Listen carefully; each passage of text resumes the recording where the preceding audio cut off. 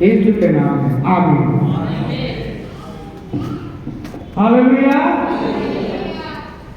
आइए मेरे प्रियो, अभी बहुत ही सुंदर बात हुई, जैसे भाई सुजीत ने गवाही दी कि जवान लोग अपने आप खुद से स्वेच्छा से, उनको कोई जबरदस्ती या दबाव नहीं डाला गया, वो अपने स्वभाव से, कोई दबाव या प्रभाव नहीं डाला गया, स्वभाव से उन्होंने खुद आके गाना गाया। और कुछ हफ्ते पहले हमने बोला था कि बच्चे काफी अधिक हो गए प्रभु यीशु की दया से हमारी कलीसिया में, तो उनको एक चरवाहा मिलना चाहिए, उनको बाइबल की शिक्षा उनके बचपने के अनुसार, है ना, उनके जैसे यीशु मसीह ने दृष्टांतों के द्वारा बताया, तो उनके बचपन के जो समझ है उसके अनुसार बाइबल की शिक्षा देने के लिए हमारे बीच में भाई साहू खड़े हुए थे और सिस्टर शांति खड़ी हुई थी। परंतु अभी हम देख रहे हैं कि एक जन नहीं है, परंतु सिस्टर शांति ने मुझे अभी रिमाइंड किया कि मैं संडे स्कूल लूंगी। हालेलुया। तो ताली बजाएं सिस्टर शांति के लिए, सब जवानों के लिए जो किसी दबाव प्रभाव के कारण नहीं, परंतु अपने स्वभाव से यीशु को प्यार करते हैं, यीशु के राज के लिए उसके लोगों की सेवा करना चाहते हैं स्वेच्छा से। उन्होंने कोई जोर जबरदस्ती नहीं, खुद बोला। तो अभी सिस्टर शांति, जितने भी आप सबके बच्चे हैं, बच्चे लोग जाके सिस्टर शांति से यीशु के वचनों के बारे में, यीशु के बारे में सीखें। हालेलुया। और मैं चाहूंगा आप जितने और भी हैं, आपके बच्चे अगर आप घर में छोड़ के आ रहे हैं तो उसको प्रभु यीशु के भवन में लाइए, वहां प्रभु यीशु की शिक्षा मिलेगी। हालेलुया। और ये जरूरी है कि हम अपनी अटेंडेंस, हाजिरी लगातार आते रहें। आमीन। मैं आपको एक सच्ची घटना बताना चाहूंगा। आप लोग हाँ, बच्चे लोग जितने भी सिस्टर शांति के साथ चले जाइए बच्चे लोग। और आप सबों से निवेदन है, आप अपने पड़ोस के भी, अपने प्रियजनों, रिश्तेदारों के बच्चों को भी ला सकते हैं, यहाँ पर संडे स्कूल की शिक्षा मिलेगी। सिस्टर शांति ने खुद आके ये स्वेच्छा से बोला, इसलिए हम धन्यवाद देते हैं। और देखिए जो ये काम है ना, वो जैसे सुरजीत भाई हर संडे को करीब करीब, चाहे तबियत खराब हो, कुछ हो, दूसरा काम हो या कुछ हो, वो चाहते हैं कि वो प्रभु यीशु के भवन में आए, आराधना करे और उसकी महिमा करे। तो हमको हमारी हाजिरी कौन ले रहा है? यीशु मसीह ले रहा है। और वो क्या करता है? बाइबल में लिखा हुआ है नीति वचन 28:20 में, विश्वास योग्य मनुष्य पर बहुत से आशीषें, आशीर्वाद होता है। मैं आपको एक सच्ची घटना बताना चाहूंगा। मैं कुछ साल पहले हैदराबाद गया मेरे प्रियो, और हैदराबाद में मैं टीवी का अपना इंटरव्यू दिया। उसके बाद मेरे पास समय था, तो मैंने वहां पर जो दुनिया की सबसे बड़ी कलीसिया में से एक है, कैलवरी टेम्पल, वहां जाने का मैंने योजना बनाई। और प्रभु यीशु ने ऐसा इंतजाम कराया था हैदराबाद में। मैं कई सालों बाद गया, मैं पढ़ाई करता था पहले, परंतु उस समय मेट्रो नहीं था। अभी गया था तो मेट्रो चालू हो गई थी। स्टेशन से, सिकंदराबाद स्टेशन से कुकटपल्ली, वहां पर कुकटपल्ली से जैसे ही आप, मेट्रो स्टेशन है वो, मेट्रो ट्रेन वहां आखिरी स्टॉप है, जैसे ही उतरेंगे जस्ट आपको 2 किलोमीटर में कैलवरी टेम्पल करके मिलेगा। और वहां इतनी भीड़, संडे के दिन 4-5 सर्विस करती है, सुबह 6 बजे से लेकर रात के 9 बजे तक सर्विस चलती रहती है। और कितने लोग आते हैं मालूम है? करीब अलग अलग पारियों में 2.5 लाख लोग आते हैं। और वहां आप देख सकते हैं शुभ संदेश टीवी चैनल में 9:30 से 10 बजे तक पास्टर सतीश कुमार का वो प्रोग्राम आता है। और कल हम लोग देख रहे थे, तो वहां A to Z, आपका जन्मदिन है तो चर्च की तरफ से आपके लिए केक आ जाएगा, चर्च के वॉलंटियर्स आ जाएंगे आपके लिए कार्ड लेके, आपके साथ कैंडल जला के बर्थडे सेलिब्रेट करेंगे वो। और जो बुजुर्ग हो गए हैं या गरीब है या कुछ दिव्यांग है, चलने फिरने में प्रॉब्लम होता है, तो चर्च की तरफ से गाड़ियां वहां पर वो आपको चर्च में ले आएगी। और हर हफ्ते, हर सर्विस के बाद वहां खाना, जो दूर दूर से आते हो बेचारे कैसे भूखे प्यासे जाएंगे, 2-4 घंटे दूर दूर से यात्रा करके आते हैं, तो उनके लिए खाने का भी इंतजाम, और जो बुजुर्ग हो गए हैं, गरीब हैं, उनके लिए दवाई डिस्काउंट में, मतलब कम कीमत में, बाजार से बहुत कम कीमत में। और वहां इतना बड़ा कैंपस है और इतने हजारों लोग आते हैं, मगर मैंने देखा अनुशासन, वहां अंदर आप जाएंगे तो पिन ड्रॉप साइलेंस, वहां वॉलंटियर्स लगे रहते हैं, देखते रहते हैं, वो बड़े अनुशासित रहते हैं। मैं कैमरे से अपना कुछ फोटो ले रहा था, वहां इतना अच्छा है, इतना अच्छा उन्होंने बनाया है, ये वचन लिखा है, ये वो। वॉलंटियर तुरंत आ गए, बोले ब्रदर यहाँ फोटो लेना अलाउ नहीं है करके, मगर उनकी आंखें ऐसी रहती है, नजर लगी रहती है, और वहां पर कोई इंडिसिप्लिन या अनुशासन इनका नहीं, आवाज आ रही है या बातें कर रहे हैं, नहीं, बिल्कुल पिन ड्रॉप साइलेंस। और जूतों का भी आपको, जैसे आप मॉल में जाते हैं तो आपके लिए छोटा सा वो सिक्का टाइप का दे देता है नंबर वाला ना, तो वहां जूते रखने का भी वो रैक है वैसा टाइप का। और इतने हजारों लोग आते हैं तो किसका जूता क्या होता है, मगर इतना अच्छा सिस्टम है। 5-10 मिनट में आपको जूता जमा करके गए हैं अंदर, जूता बाहर रख के आपको 10 मिनट आराधना के बाद, सर्विस के बाद फिर से आपको वो जूता आपको मिल जाएगा। कोई आपके लिए अफरा तफरी या बहुत वो कहाँ घूम गया, चोरी हो गया, ऐसा कुछ भी नहीं होता। इतना अच्छा अनुशासन। और वहां पर क्लिनिक भी चलता है, मेडिकल कैंप। संडे के दिन जो बीमार है वो अपना ब्लड प्रेशर डॉक्टरों से सलाह ले सकते हैं, दवाइयां ले सकते हैं मुफ्त का। और इवन अगर कोई घर में मर भी गया तो चर्च की तरफ से पेटी बना देंगे, वो चर्च की तरफ से वो जगह भी आपको दिला देंगे, और वहां आके सब कैंडल, फूलमाला, व्हाइट चादर, सबका इंतजाम करते हैं। और अटेंडेंस का सिस्टम है वहां पर, जैसे कंपनीज में रहता है ना, कार्ड रहता है, पंचिंग कार्ड, गए तो पंच करना पड़ता है, तो वैसे ही वहां पर है। हर एक संडे जो मेंबर आते हैं वो अपना कार्ड लेके, उनके पास अलग अलग कार्ड रहता है और वो पंच करते हैं। अगर कोई सदस्य नहीं आया इस संडे को तो चर्च की जो वॉलंटियर टीम है वो तुरंत फोन करती है, क्या ब्रदर आप, सिस्टर आप इस संडे को नहीं आए, कुछ तकलीफ है, बीमार है, क्या प्रॉब्लम है, हम कैसे आपकी मदद कर सकते हैं। और वो तुरंत पहुंच के फोन करके घर पहुंचते हैं, अगर जरूरत है, अस्पताल जाना है, कुछ तकलीफ है, अर्जेंट बात है, और उनकी मदद और सहायता करते हैं। हालेलुया। तो सोचिए वो जो पास्टर है, उनके फाउंडर, ऐसा कैसे भाई, यीशु मसीह किसी का पक्षपात नहीं करते। बाइबल में लिखा हुआ है रोमियो 2:11 में और प्रेरितों के काम 10:34 में, यीशु मसीह किसी का पक्षपात नहीं करते। तो वो अन्य जाति परिवार से उन्होंने यीशु को ग्रहण किया, सिगरेट, बीड़ी और जुआ खेलते थे, ऐसा जीवन था। उनकी मां बोलती थी, अगर वो तो परमेश्वर, सच्चे जीवित परमेश्वर को नहीं जानते थे, उनकी मां बोलती थी अगर तेरे को परमेश्वर भी चाहे, गॉड चाहे, तो वो भी नहीं बदल सकता, इतना तो बदमाश है, 12-13 साल की उम्र में सिगरेट, बीड़ी, जुआ खेलता है।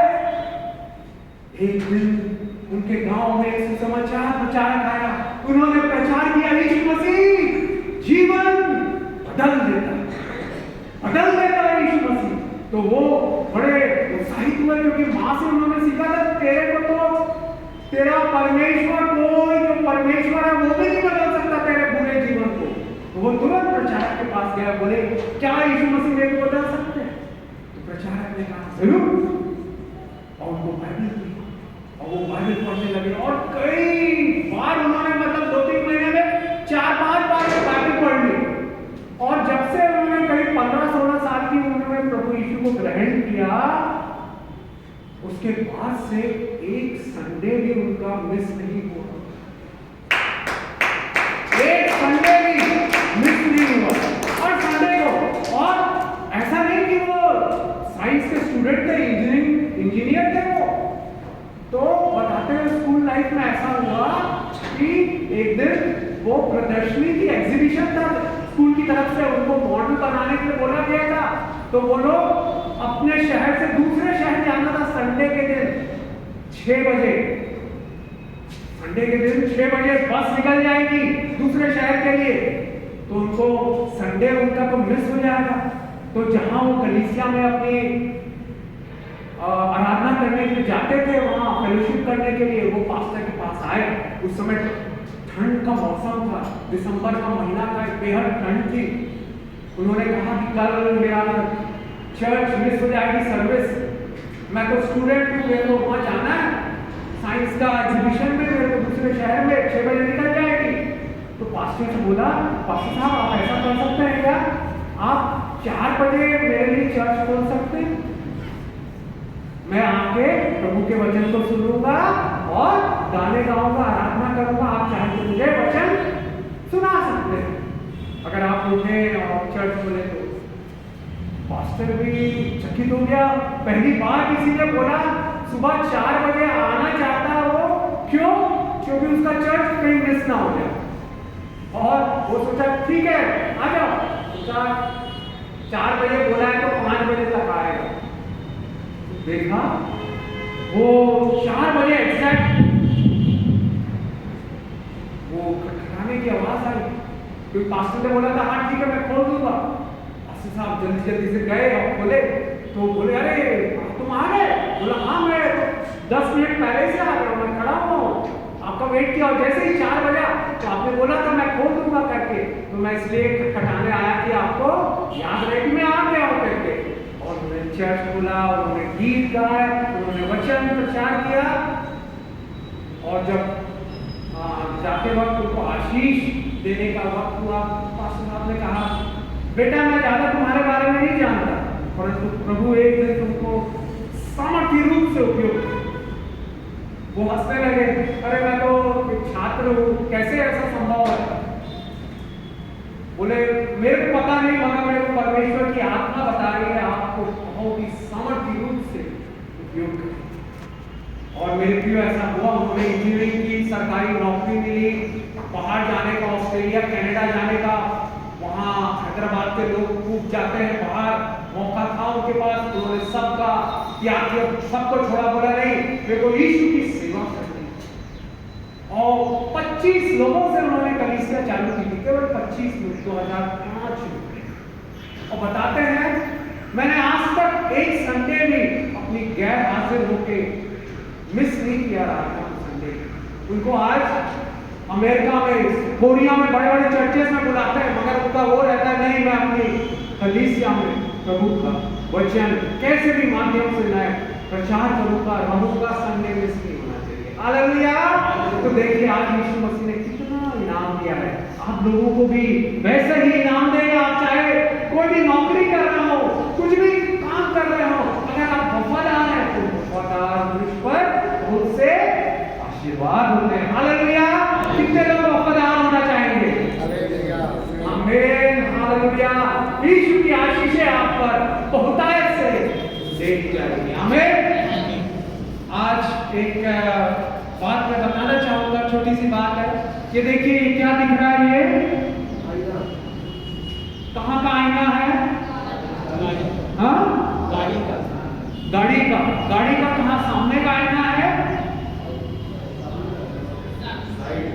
साइड का है ना, या मेरे को पीछे वाला भी ये रहता है। आपने देखा होगा कार चलाते हैं जनरली, तो आईना कैसा रहता है? जो सामने देखने के लिए बड़ा सा आईना होता है ना, और ये पीछे देखने के लिए रहता है साइड का, कि गाड़ी आ रही है कि नहीं। एक इधर में भी ऊपर में लगा रहता है कि पीछे का कौन आ रहा है, या साइड वाला मिरर है। तो ये क्या है? देखने के लिए पीछे छोटा क्यों रहता है मेरे लिए? कोई बता सकता है? जो सामने का जो आईना है वो बड़ा रहता है ना कार का, मगर पीछे का आईना, कार गाड़ी ट्रक बड़े बड़े, उसका ये पीछे का आईना जो है, साइड का आईना छोटा क्यों रहता है? बाइबल में एक बड़ी खूबसूरत बात है, आइए हम पढ़ेंगे फिलिपियों की किताब 3रा अध्याय और उसका 13 और 14 वचन मैं पढ़ूंगा। फिलिपियों की किताब 3रा अध्याय 13 और 14 वचन। हे भाइयों, मेरी भावना यह नहीं कि मैं पकड़ चुका हूं, परंतु केवल एक काम ये करता हूं, जो बातें पीछे रह गई हैं उनको भूलकर आगे की ओर बढ़ता हूं, निशाने की ओर दौड़े चला जाता हूं, ताकि वह इनाम पाऊं जिसके लिए परमेश्वर ने मुझे मसीह यीशु में ऊपर बुलाया।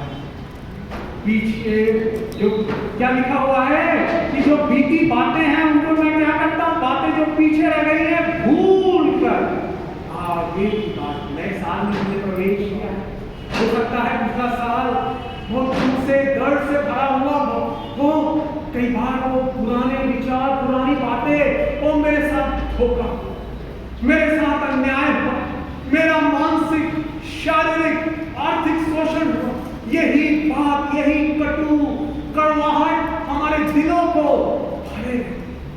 हम आगे नए साल में तो प्रवेश कर दिए हैं, परंतु वो यादें पुरानी, वो जख्म, वो व्यक्ति ने ऐसा मेरे साथ धोखा किया, मेरे पैसे ले लिया, बोला मैं तुझे वापस कर दूंगा 6 महीने के अंदर, और अभी 1.5 साल हो गया वो मुझसे बातें नहीं करता, मेरा फोन नहीं उठाता। हाय करके आप सोच सकते हैं आपका दिल आज इस नए साल में कड़वाहट से और बड़े रोष से और घायल होके भरा हो। बाइबल का वचन कहता है पौलुस के समान, पौलुस के जीवन में भी कई कष्ट, कई दुख, परेशानी आए तो उसको कितनी बार कोड़ों की मार सहनी पड़ी, 3 बार बेटे पड़ी, कई बार पत्थरवाह किया गया, पत्थर से मारा गया, और कई बार जहाज टूट गए, लोगों ने धोखा दिया, अनग्रेटफुल अनफेथफुल लोगों ने। परंतु वो क्या कहता है कि मैं निशाने की ओर दौड़े चला जाता, हमको ज्यादा पीछे की ओर, ये जो आईना है जो छोटा आईना है, परमेश्वर ने ये नियुक्त किया है हमारे जीवनों के लिए भी पीछे बातों का याद न करें कि मेरे साथ ऐसा अन्याय हुआ, मेरे साथ ऐसा और दुष्टा धोखाधड़ी हुई है। बाइबल में लिखा हुआ है, एक और वचन पढ़ेंगे यशायाह की किताब 43 अध्याय उसका 18 और 19 वचन, बड़ा सुंदर खूबसूरत वचन है। यशायाह 43 और उसका 18 और 19 वचन कहता है, अब बीती हुई घटनाओं का स्मरण मत करो, ना प्राचीन कालों की बातों पर मन लगाओ। बीच का जो घट गया, जो नुकसान हुआ, जो लोगों ने आपको बुरा कहा, धोखा दिया, अन्याय हुआ, आप त्रस्त हो गए, परेशान हो गए। हो सकता है आपको बचपन में आपके माता पिता का प्यार न मिला, ओ आपके जो स्कूल में है शिक्षकों का ओ जो अच्छा वो व्यवहार नहीं मिला हो, आपका जीवन में पारिवारिक जीवन में भी आपको केवल नफरत घृणा मिली, आप अकेलेपन के शिकार हो गए, और ये विचार आता है मैंने कितना दुख सहा, मैंने दर्द सहा।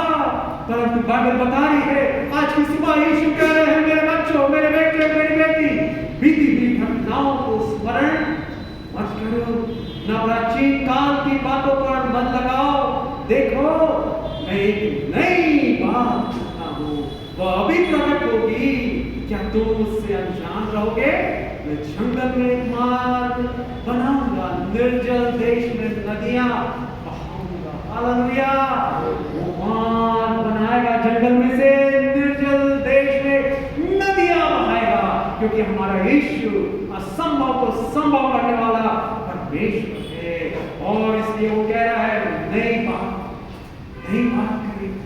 वो हो सकता है बीते सालों में दरवाजे बंद हो गए हो, आपकी नौकरी के, आप जो भी छोटा मोटा काम धंधा कर रहे हो, आपके व्यापार में दरवाजा बंद हो गया हो, वो सौदा सूख गया हो, निराश ना हो, try again, attempt again, start again, फिर से कोशिश करें। नई शुरुआत यीशु मसीह देगा, फ्रेश बिगिनिंग यीशु मसीह देगा। इसलिए जो कुछ बीत गया उस पर ध्यान दे, क्योंकि एक दरवाजा जब यीशु मसीह बंद करता है मेरे प्रियो, बाइबल में अगर आप देखेंगे यूहन्ना 10 में लिखा हुआ है कि यीशु मसीह वो हमारे वो जो दरवाजा है उसका वो डोर कीपर है, Jesus Christ is our door keeper.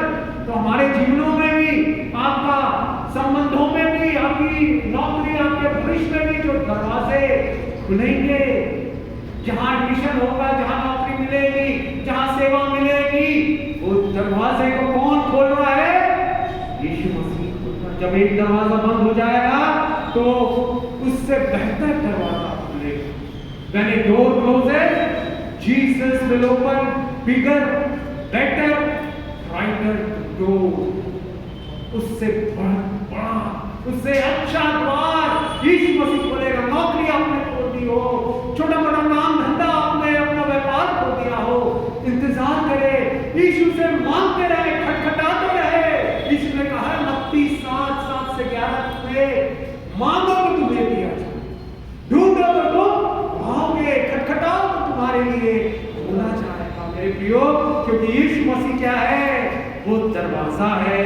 और बाइबल में लिखा हुआ है बड़ा सुंदर अद्भुत वचन, प्रकाशित वाक्य 3 और उसका 7, वो कहता है जो पवित्र और सत्य है, जो दाऊद की कुंजी रखता है, जिसके खुले हुए को कोई बंद नहीं कर सकता और बंद किए हुए को कोई खोल नहीं सकता। क्या आप परेशान है? वो व्यक्ति ने धोखा देके, मेरे से अन्याय करके वो दरवाजे को, वो काम धंधे को बंद कर दिया, मेरी नौकरी छूट गई, उससे नफरत की, घृणा की। बाइबल में हमने जैसे पढ़ा प्रकाशित वाक्य 3:7 में, जो पवित्र और सत्य है, दाऊद की कुंजी रखता है। कुंजी मतलब चाबी, ये देखिए चाबी है ना। चाबी से क्या है? ये कार का दरवाजा है, कार की चाबी है तो कार का दरवाजा खुलेगा, कार स्टार्ट होगी। उसमें घर की भी चाबियां हैं, तो चाबी नहीं रहेगी तो ताला जो है नहीं खुलेगा, है कि? तो यीशु मसीह क्या कह रहे हैं? कुंजी मतलब चाबियां उसके पास है, और जो वो बंद किया है, जो द्वार उसको कोई खोल नहीं सकता, और जो खोलता है उसको वो बंद नहीं कर सकता। क्या आप दुखी है, परेशान है, चिंतित है? यीशु को अपनी लड़ाई सौंप दीजिए। आपके साथ जो भी हुआ, धोखाधड़ी, अन्याय, उसको याद मत कीजिए मेरे प्रिय भाइयों बहनों। उससे दिल क्या होता है? दबाव में, टेंशन में आ जाता है दिल, दिमाग, ब्लड प्रेशर बढ़ता है, कई लोगों को अल्सर हो जाता है, पेट बार बार खराब हो, हर बार मेरे साथ धोखा हुआ, मेरे साथ अन्याय हुआ, मेरा शोषण हुआ, मेरे को दुख, कष्ट, हाय मैंने खो दिया। नई शुरुआत देगा। बीती बातों को ध्यान ना दे। देखिए मेरे उंगली में अभी एक छोटा सा घाव हो गया था, यहाँ पर शुरुआत में पहले दिन थोड़ा खून बहा, उसके बाद धीरे धीरे करके दर्द होता रहा, चमड़ी उखड़ गई थी, फिर उसके ऊपर एक पपड़ी ऐसा जमी। अगर मैं वो पपड़ी को बार बार ऐसा करके निकाल दूं, खरोचूं, तो क्या होगा?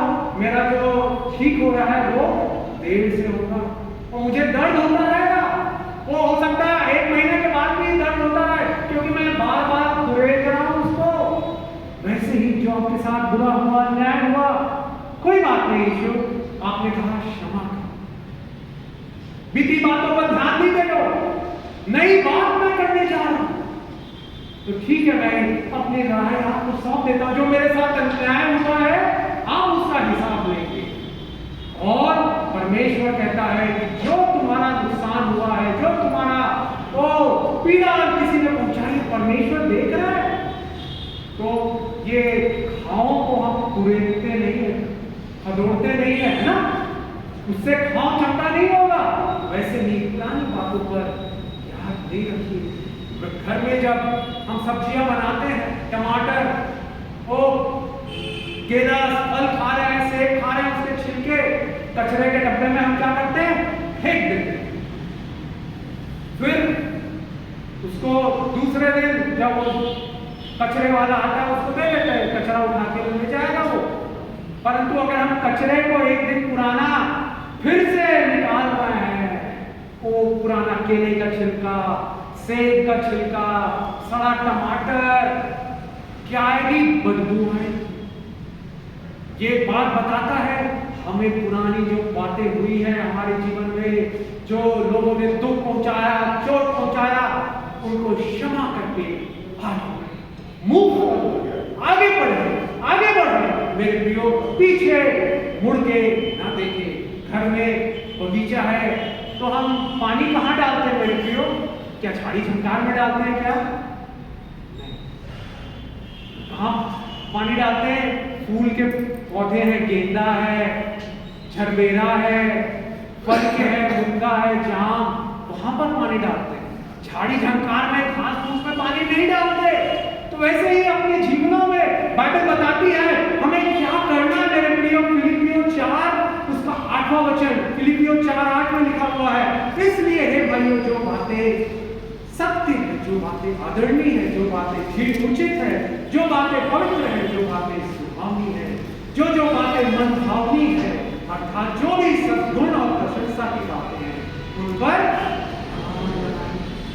आदर की बातें, पवित्र बातें, सुहावनी बातें, मन भावनी बातें, उन पर अपना ध्यान करना है। हमें क्या मिलेगी? शांति मिलेगी। बाइबल का एक और सुंदर वचन कहता है मेरे प्रियो, कई बार हम अशांत हो जाते हैं, टेंशन में, दबाव में हो जाते हैं। यशायाह की किताब उसका 26वां अध्याय और उसका 3रा वचन में लिखा हुआ है, यशायाह 26:3 में लिखा हुआ है, जिसका मन तुझ में धीरज धरे हुए है उनको तू पूर्ण शांति के साथ रक्षा करता है, क्योंकि वह तुझ पर भरोसा है। जिसका मन तुझ में धीरज धरे हुए है।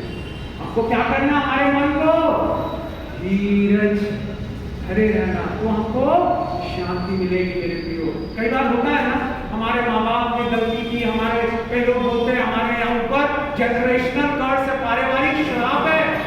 मेरे दादाजी ने किसी की जमीन हड़प ली थी, किसी का वो पैसे ले लिए थे, वापस नहीं किए, उसके कारण पूरा मेरा खानदान जो है, मेरा परिवार श्राप आ गया पारिवारिक।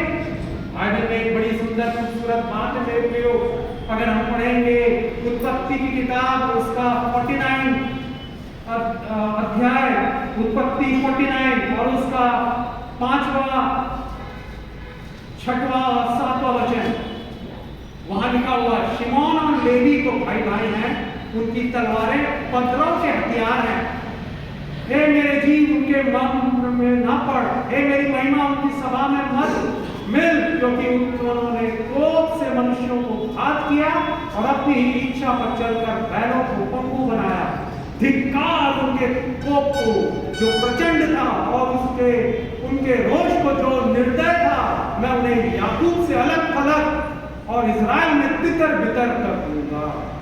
ये कौन कह रहा है?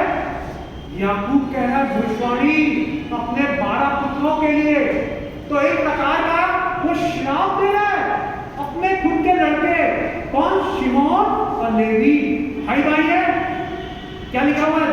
धिक्कार उनके क्रोध को जो प्रचंड था, उनके रोष को जो निर्दय था, मैं उन्हें याकूब से अलग अलग और इस्राएल में तितर बितर कर दूंगा। एक श्राप उनके पिता से मिल रहा है। क्यों? क्या किया था?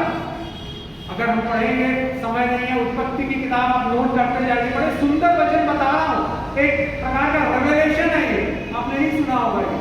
उत्पत्ति की किताब 34 अध्याय में अगर आप घर जाके पढ़िएगा, वहां पर क्या हुआ था, ये जो सिमोन और लेवी, उसकी बहन दीना, क्या नाम था उसकी बहन का? दीना। वो एक दूसरे देश में जब ये याकूब यात्रा कर रहा था, वहां कुछ समय के लिए ठहरा, तो वहां पर जब वो घूमने गई तो वहां के एक लड़के ने उसको भ्रष्ट किया, उसके साथ गलत काम किया। जब इनको पता चला, इसके भाइयों को, दीना के, याकूब की बेटी थी दीना, है ना, और याकूब के बेटे थे लेवी और सिमोन, तो जब उनको पता चला ये शेकेम, ये लड़का नाम उसका शेकेम था, उसने हमारी बहन के साथ गलत काम, उसको भ्रष्ट किया, गुस्से से भर गए वो और उन्होंने छल किया। उनको बोला, शेकेम बोला कि मैं तुम्हारी बहन से शादी करना चाहता हूं। तो वो लोग बोले ठीक है, हम शादी करवाएंगे, परंतु तुम्हारा खतना करना जरूरी है। हमारा परमेश्वर ने हमको आज्ञा दी है और उनको खतना करवाया गया। वो लोग खतना हुए, उसके बाद क्या किया उन्होंने? छल से, धोखाधड़ी से लेवी और शिमोन उनको मार डाला। उनके जितने भी पुरुष थे, शेकेम और उसके मित्र, उसके परिवार के जितने भी पुरुष, सबको मार डाला। याकूब को जब पता चला बड़ा गुस्सा हुआ, अरे तूने हमारे जीवन को खतरे में डाल दिया, हम परदेसी हैं यहाँ पर और तूने उनको मार डाला। पिता श्राप दे रहे। सोचिए, हो सकता है मैं कई घरों में जाता था तो लोग बताते थे हमको आवाजें आती है वो घर से, तो पता चला वो घर कहाँ है, कहाँ से मिला, तो पता चला यार वो 2 नंबर से मिला, उनके दादाजी ने कोई धोखाधड़ी की, किसी का जमीन हड़प लिया, वहां मकान बना लिया, उसके कारण वहां पर वो श्राप आया। कई लोग आत्महत्या कर लेते हैं, तो आत्महत्या करना पाप है मेरे प्रियो। ऐसे विचार जब आए कि मैं अपने आप को मार डालूं, और निराशा में, दुख में, परेशानी में, नहीं मेरे प्रियो, कभी ऐसा ना करिए, क्योंकि बाइबल बोलती है हत्या नहीं करना, आत्महत्या पाप है, आपकी आत्मा भटकेगी। और निश्चित समय आपके लिए परमेश्वर ने रखा हुआ है, अय्यूब की किताब 14:5 में दिया हुआ है। हमारी सीमाएं बंधी हुई है, हमारे महीने गिने हुए हैं, कितने वर्ष जीऊंगा मैं, आप कितने वर्ष जिएंगे, सब यीशु के जीवन की किताब में लिखा हुआ। अगर मैं अपने जीवन से पहले अपने आप को मार डालूं यीशु के सामने ये पाप, और मैं नरक जाऊंगा, परंतु जब तक मेरी उम्र है जो निर्धारित की हुई है, मेरी आत्मा भटकते रहेगी। कई लोग बताते हैं ये घर में, ये जमीन में, ये खेत में आत्महत्या लोगों ने की है, उसके कारण उन्होंने वो खेत खरीद लिया, जमीन खरीद ली, श्राप। परंतु आज आपके लिए खुशखबरी, गुड न्यूज, ग्रेट न्यूज, आप ऐसे श्रापों को यीशु से क्षमा मांग के वो नष्ट कर सकते हैं, तोड़ सकते हैं, बंधनों से आजाद हो सकते हैं, क्योंकि छुटकारा देने वाला यीशु मसीह है। गलतियों की किताब 3:13 में लिखा हुआ है, यीशु मसीह ने क्रूस पर सारे हम श्रापों को उठा दिया। हालेलुया मेरे प्रियो। अब आप देखिए, ये लेवी और शिमोन श्रापित हो गए, पिता उनका खुद श्राप दे रहा है, धिक्कार है उनके कोप को, जो प्रचंड था, उनके रोष को, जो निर्दय था। मैं उन्हें याकूब से अलग अलग और इजराइल में तितर बितर कर दूं। उसका खुद का पिता, हो सकता है आपका पिता भी आपको प्यार नहीं दिया हो, शराब में डूब गया हो, या दूसरे गलत संबंधों में चला गया हो, आप अकेले हो गए हो, आपको बार बार ये ख्याल आता हो, मुझे डिसएडवांटेज हुआ। बड़े बड़े लोग, उनका तो गॉड फादर है, परंतु मेरा कोई परवाह करने वाला नहीं है। परंतु आप अपनी आशीष को, अपनी तकदीर को, अपनी तस्वीर को बदल सकते हैं यीशु से प्रार्थना करके। आइए हम देखेंगे यही लेवी है ना कैसे आशीषित हुआ। व्यवस्था विवरण की किताब 33 अध्याय और उसका 8वां, 9वां और 10वां वचन। व्यवस्था विवरण 33 अध्याय 8वां, 9वां, 10वां। ये बड़ी सुंदर बातें हैं मेरे प्रियो, एक रेवलेशन है आपके जीवन को, आपके मानसिक शारीरिक श्राप या बंधन तोड़ देगा। देखिए, ये मूसा आखिरी में इजरायलियों को आशीष दे रहा है, इजराइल के 12 गोत्रों को आशीष दे रहा है ना, उनको भविष्य के वचन बता रहा है। लेवी के बारे में क्या कहता है, उसके खुद के पिता ने उसको धिक्कारा, श्राप दिया। क्या कहता है 8वें वचन में, फिर लेवी के विषय में उसने कहा, तेरे तुम्मीम और उरीम तेरे भक्त के पास है, जिसको तूने मस्सा में परख लिया, जिसके साथ मरीबा नामक सोते पर तेरा वाद विवाद हुआ। उसने तो अपने माता पिता के विषय में कहा, मैं उनको नहीं जानता, ना तो उसने अपने भाइयों को अपना माना, ना अपने पुत्रों को पहचाना, क्योंकि उन्होंने तेरी बात मानी और वे तेरी वाचा का पालन करते हैं। 10वां वचन बड़ा खूबसूरत, वंडरफुल, ब्यूटीफुल वर्स। 10वां वचन पढ़िए, व्यवस्था विवरण 33 10वां वचन। वे याकूब को, कौन? लेवी, जो श्रापित था अपने पिता याकूब के द्वारा, जिसको श्राप मिला था, उसकी तकदीर, उसकी डेस्टिनी बदल गई। एक बदलने वाला है, उसका नाम है यीशु मसीह, परंतु हम अपने कामों से कर सकते हैं। 10वां वचन में, हे याकूब को तेरे नियम और इज़राइल को तेरी व्यवस्था सिखाएंगे।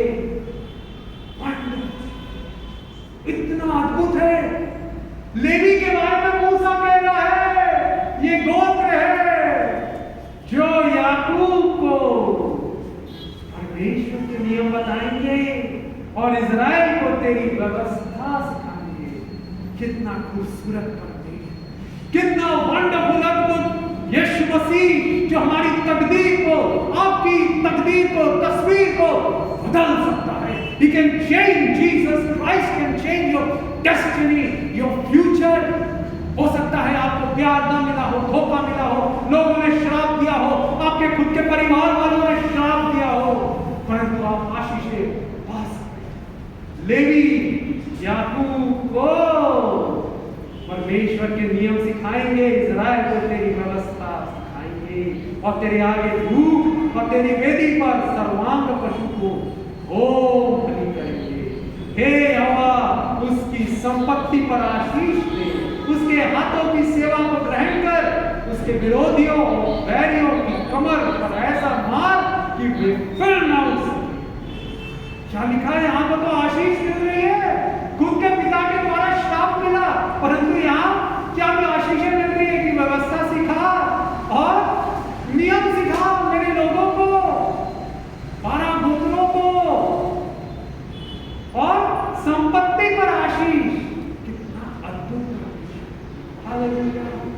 क्या आज आपका जीवन भी ऐसा ही टूटा हुआ, बिखरा हुआ है, त्यागा हुआ है? आपके अपने लोगों ने आपसे नफरत की, घृणा की, त्याग दिया।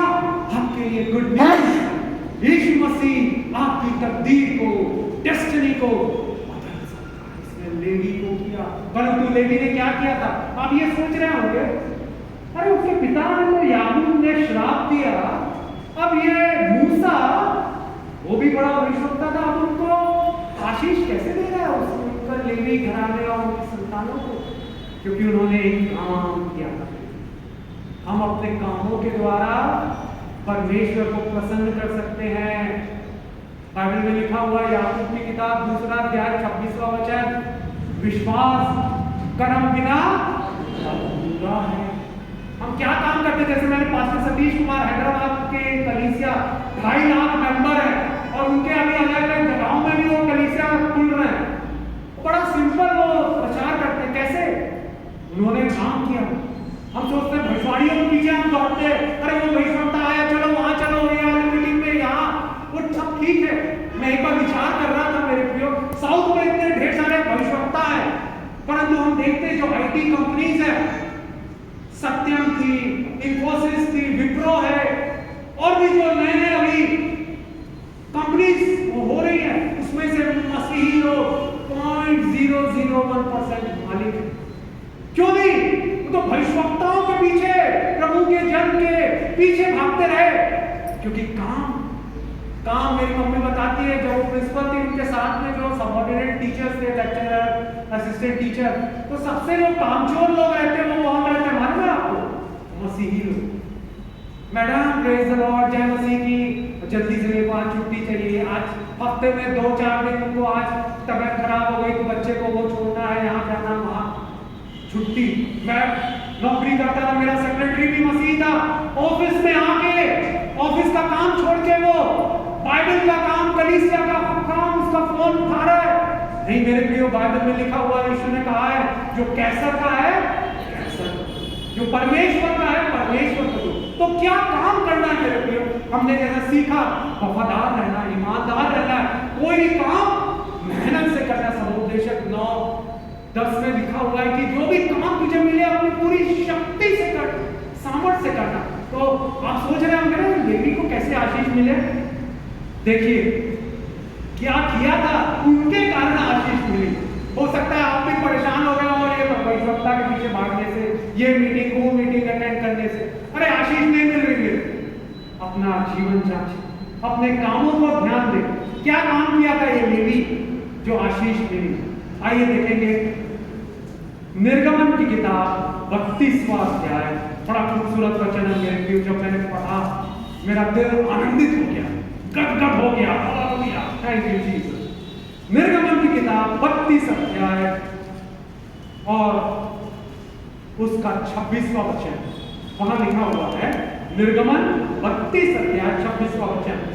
उनको निरंकुश देखकर मूसा ने छावनी के निकास पर खड़े होकर कहा, जो कोई यहोवा की ओर का है और मेरे पास आ।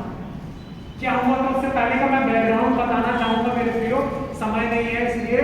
क्या हुआ था, मूसा जो था परमेश्वर ने उससे कहा, हाँ मुझसे बात कर, मैं तुझसे आमने सामने बात करूंगा। और सीने पर्वत पर वो 40 दिन 40 रात प्रार्थना करता रहा, बिना खाए पिए, बिना पानी पिए, बिना खाए। तो परमेश्वर ने उसको 10 आज्ञाएं दी। खुद अपने परमेश्वर ने अपने हाथों से लिखी 10 आज्ञाएं। तू खून नहीं करना, तू हत्या नहीं करना, तू लालच नहीं करना, तू चोरी ना करना, और तू व्यभिचार नहीं करना, अपने माता पिता का आदर करना, विश्राम दिन को पवित्र मानना, किसी दूसरे को परमेश्वर करके ना मानना। ऐसे करके 10 आज्ञाएं थी। लेट हो रहा था, देर हो रही थी 40 दिन, और इजरायली लोग नीचे सोच रहे थे कब आएगा मूसा। 1 दिन हो गया, 10 दिन हो गया, 20 दिन हो गया, आई नहीं रहा। वो हारून था नीचे में, तो उसने उसको बोला, हमारे लिए ऐसा कर, मूसा तो आ नहीं रहा, गायब हो गया वो, तो हमारे लिए क्या कर, तू एक बछड़ा बना दे। सोने को उन्होंने इकट्ठा किया, अपनी ज्वेलरी को, अपने जो जेवर है, और उससे सोने का बछड़ा बना दिया। और वो नाचते गाने लगे और कहने लगे, ये बछड़े ने हमको छुड़ाया है, वहां मिस्र देश से निकाला है। जब मूसा को आज्ञा मिल गई, जब वो सीनै पर्वत से नीचे लौटा, तो उन्होंने देखा कि यहाँ पर क्या निरंकुश है, लोग नाच रहे हैं, गा रहे हैं, वो मूर्ति की पूजा कर रहे हैं, वो सोने का बछड़े का। तो वो गुस्से से भर गया और उसने कहा, जो कोई यहोवा की ओर का है वो मेरे पास है। और तब सारे लेवी उसके पास इकट्ठे हुए। ये है कारण, ये है रहस्य लेवी की आशीष का। याजक की नियम सिखाना, व्यवस्था सिखाने, संपत्ति पर आशीष हो। अपने भाइयों का तेरा भाइयों का भाग तुझे मिले। क्यों? क्योंकि लेवी लोग, मूसा ने जब पुकारा, कौन यहोवा की ओर है, तुरंत वो दौड़ के आए और अपनी आशीषों को ले। हालेलुया। आज आपके लिए भी सुनहरा अवसर है। आइए मेरे प्रियो, खड़े हो जाएं। आज आपके तकदीर, आपका भविष्य यीशु मांग ले। आपका जो दुख दर्द हुआ 2020 में, 2019 में, 2021 में, आए मैंने अपने परिवार वालों को खो दिया, आए मेरा नुकसान हुआ, मेरा धोखा हुआ, मेरी संपत्ति लूट गई, वो मैं त्रासदी का, अपने प्रियों को मैंने खोने का और दुख सहा, दर्द सहा। यीशु कह रहे हैं, ये बातों पर मत ध्यान। वो कड़वाहट वो दिल से निकाल के यीशु के वचनों को भर लो, वो आपको आशीष देगा। जैसा ये आईना पीछे देखने के लिए छोटा सा है, परंतु सामने देखने के लिए बड़ा आईना रहता है। यीशु चाहते हैं पुरानी बातें छोड़ के आगे की ओर देखो। जो कोई मसीह यीशु में है, बाइबल में लिखा हुआ 2 कुरिन्थियों 5वां अध्याय 17वां वचन, जो कोई मसीह यीशु में है वो नई सृष्टि है। पुरानी बातें बीत गई, पुरानी बातें बीत गई, सब नया हो गया। प्रकाशित वाक्य 30:5 में देखो, मैं सब कुछ नया कर दूंगा। हालेलुया। बहन, हालेलुया। आपके दुख में यीशु आपके साथ, वो आपको तसल्ली देगा, वो आपको शांति देगा। कोने खरीदी बहन, यीशु कह रहा है, मैं तेरा शांतिदायक परमेश्वर, मैं तुझे फिर बनाऊंगा। वो प्यार को, वो उस एहसास को, उस मिठास को तू फिर से पाएगी। Hallelujah. The losses are temporary. Hallelujah. यीशु कह रहे हैं, try again, attempt again, start again, new beginning, fresh start. God will give you ideas. Hallelujah. Yes Lord. ओ अपनी तकदीर, क्या यीशु में प्रार्थना करता हर एक भाई, हर एक बहन खड़ा है, इन वचनों को सुना है, कैसे लेवी ने अपने पिता के श्राप को तोड़ के, हालेलुया, उससे आजाद होके आशीष प्राप्त की। हम भी आपके बच्चे आज आशीष पाने के लिए आए। पारिवारिक श्राप टूटे, बंधन टूटे, जो कोई उन्होंने धोखाधड़ी से लौटाया है, चाहे उनके पूर्वजों ने, पिता ने, परदादा ने, कहीं पर भी गड़बड़ी गलतियां हुई है, वो क्षमा मांग ले, वो क्षमा मांग के आपसे आशीष आपके सामने ईमानदार वफादार बने। Yes Lord. जवानों, यीशु कह रहे हैं, क्या तुम अपनी जवानी में अपने सृजनहार को याद रखोगे? क्या पवित्रता के साथ जीवन जियोगे? जवानों, पवित्र बनो, क्योंकि तुम्हारा परमेश्वर पवित्र है और पवित्रता आपको ऊंचाई में ले जाएगी। यूसुफ पवित्र, उसको गड्ढे में डाल दिया गया, त्याग दिया गया, खुद के भाइयों ने घृणा नफरत की। आप हो सकता है आपके परिवार वाले, समाज वाले आपको घृणा कर रहे, नफरत कर रहे, यूसुफ का परमेश्वर आपका साथ। Yes Lord, yes Lord, yes Lord. ओ जवानों, पवित्र बनो, क्योंकि पवित्रता आपको ऊंचाई में ले जाएगी। Holiness will bring honor, higher position, hallelujah, happiness। पवित्रता आपको आनंद देगी, आशीष देगी, आपको ऊंचा उठाएगी। हालेलुया। दुनिया की मदद जब बंद हो जाए, लोग हमें जब छोड़ भी दे, के भाई त्याग भी दे, यूसुफ का प्रभु है मेरा साथी। मसीही जिंदगी आनंद की जिंदगी है जिसका दाता यीशु मसीह। चाहे कष्ट आए, चाहे कष्ट आए, यीशु है मेरा हमेशा साथी। वे क्यों रहे, हम यार क्यों रहे, प्रभु के पुत्र हैं, गाते ही हम दबे क्यों रहे, हम व्याकुल क्यों रहे, प्रभु के पुत्र हैं, गाते ही रहे। वो मेरा मित्र है, वो मेरा शर्मा, वो मेरा राजा, हमेशा साथ है। हालेलुया। उनका जग में जब फैल जाए, राजा हाकिम शत्रु हो जाए, वो अग्नि कुंड हो, शेरों की मांग हो, दानियल का प्रभु है मेरा साथी। मसीही जिंदगी आनंद की जिंदगी है जिसका दाता यीशु मसीह। तुरी के सुनने का वक्त आ गया, अपने प्रभु को श्रीधि देखूंगा। कब तू आएगा, कितनी देर करेगा, इंतजार है मुझको तेरा यीशु जी। मसीही जिंदगी आनंद की जिंदगी सब है जिसका दाता यीशु मसीह। मसीही जिंदगी आनंद की जिंदगी है जिसका दाता यीशु मसीह। सारे कष्ट, सारे बंधन टूट जाए, दूर हो जाए, दुख दर्द बीमारियां श्राप यीशु के नाम में, यीशु के समर्थी नाम में, यीशु के अद्भुत नाम में, यीशु के पराक्रमी नाम में। हालेलुया। हर एक आजाद हो जाए और शिक्षित हो जाए, दर्द रहित हो जाए, दुख आनंद में बदल जाए। यीशु के समर्थी अद्भुत चमत्कारी चंगाई भरे वीर के नाम में। आमीन।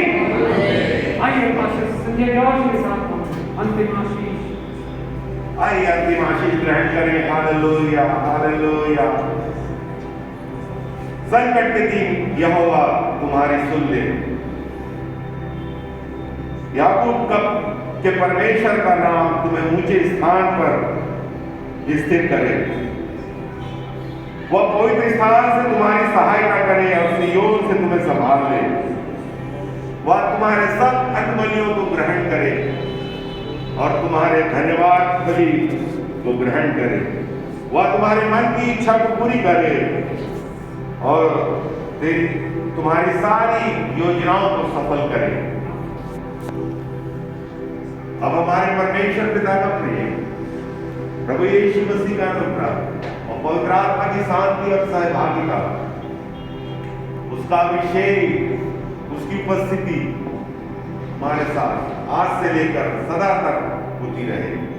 आमीन आमीन।